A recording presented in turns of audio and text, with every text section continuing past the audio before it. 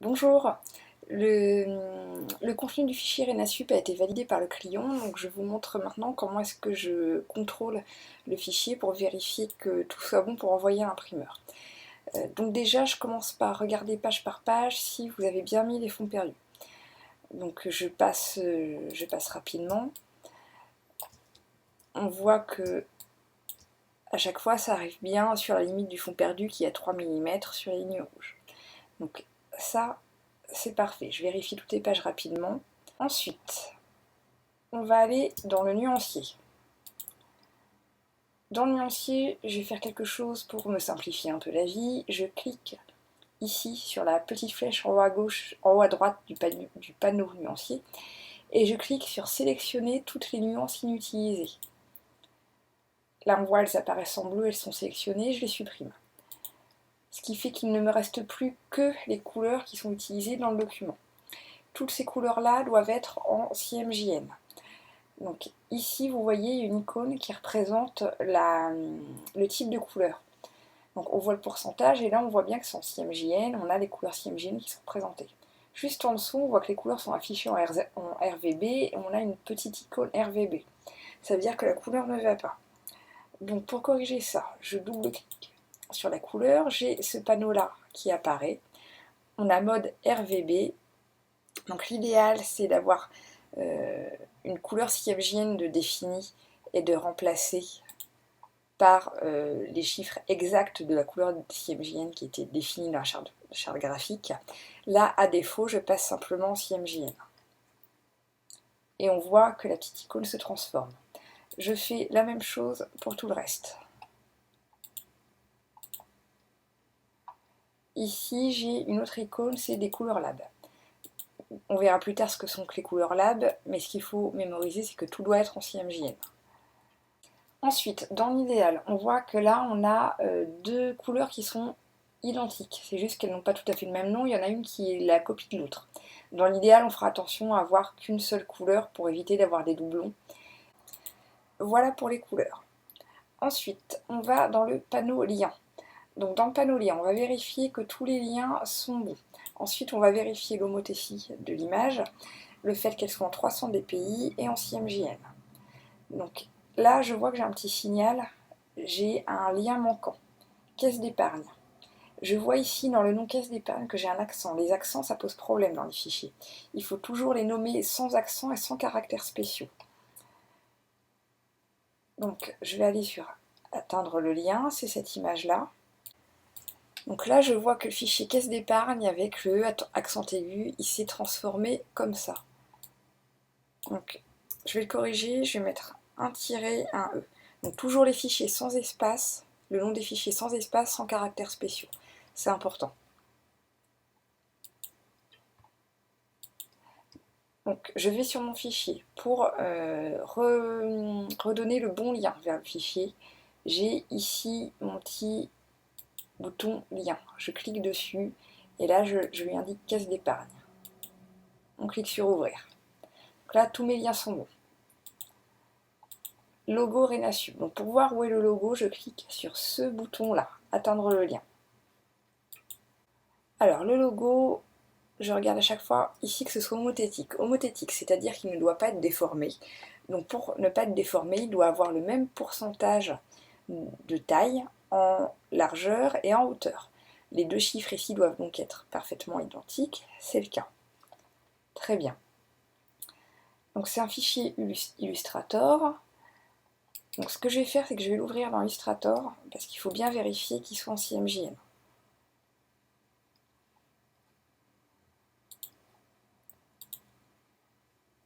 Donc là, dans Illustrator, je fais fichier, mode colorimétrique du document, et non, il était en RVB. Donc ça, il faut faire bien attention, CMJN, et enregistrer.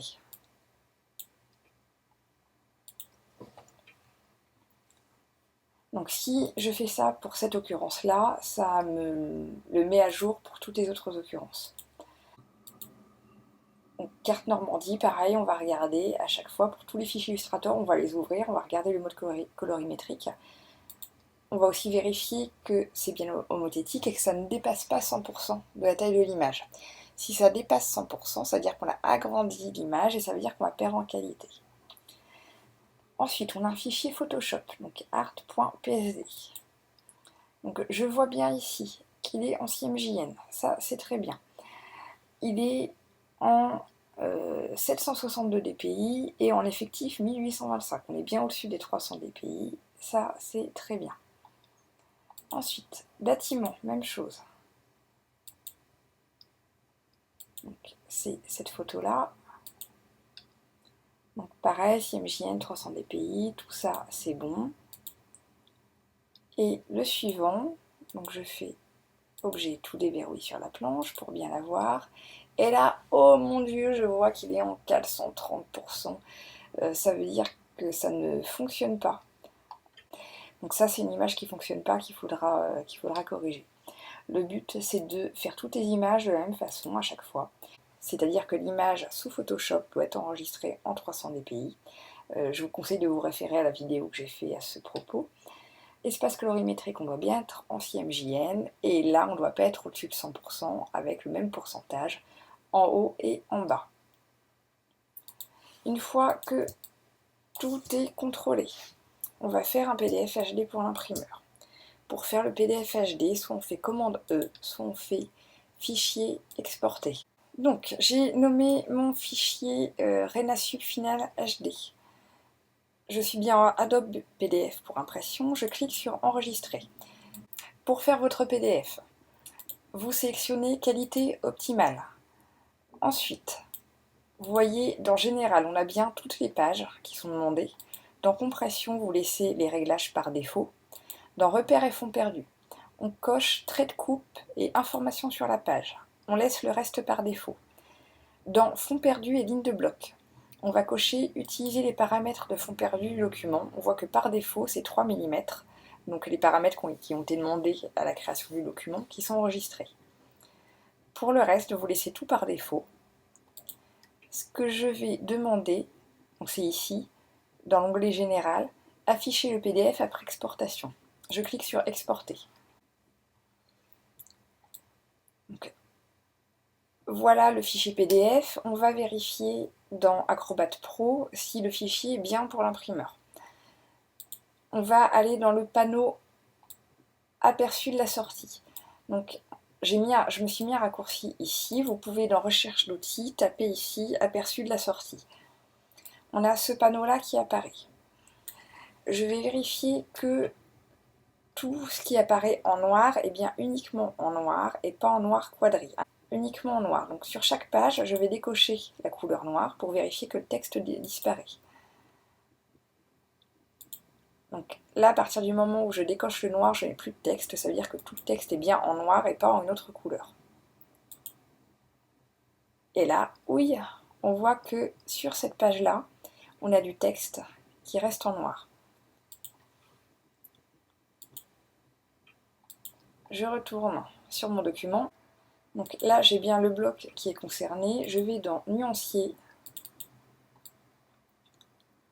Je sélectionne et je vois qu'il est en repérage. Par défaut, vous n'utilisez pas la couleur repérage, on verra plus tard à quoi ça sert. On passe tout en noir, à chaque fois. Donc l'idée, c'est de continuer à vérifier le document et de bien contrôler que tout, à chaque fois, soit en noir. On a la carte ici, où il y a du noir quadri. J'ai une couleur ici qui, on a vu, n'est pas la bonne. Je fais nouvelle nuance. Et là, je vais créer un noir à 100%. Et lui, il est bien en noir 100%. L'idée ensuite, c'est que je sélectionne tous ceux qui sont avec cette couleur-là pour pouvoir tous les changer d'un coup. Ça va être plus facile que de les sélectionner tous un par un. Donc, ce que je fais, c'est que j'en sélectionne un. Je vais dans Sélection. Je fais Identique, Contour et Fond. Ça veut dire qu'il va me sélectionner tous les objets dans cette page qui sont identiques au niveau de la couleur, au niveau du fond et au niveau du contour. Voilà, tout sélectionné. J'ai plus qu'à cliquer sur ma couleur et je sais que maintenant ils sont tous en noir à 100%. Je retourne sur mon document. On voit que j'avais aussi le cadre de mes petits cubes rouges. Donc même chose, j'en prends un. C'est cette couleur-là que je vais changer. Sélection identique, contour et fond, panneau couleur. Et hop, je les mets tous comme ça. Je fais commande S ou fichier enregistré. Et ça, c'est corrigé. Donc l'idée, c'est de faire comme ça sur tout le document. On décoche à chaque fois et on recoche. Sur ce document-là, c'est les seules erreurs que j'ai constatées. Après, je ne vais pas vous détailler toutes les pages, mais c'est ce principe-là sur la totalité des pages. Voilà, je vous remercie de votre attention.